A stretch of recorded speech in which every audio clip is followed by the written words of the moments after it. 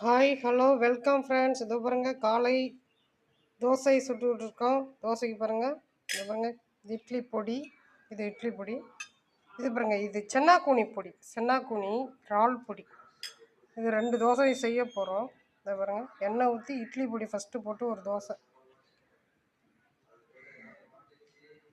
இட்லி பொடி தோசை. அது கொஞ்சம் எண்ணெய் ஊற்றி அப்படியே சுடுறோம்.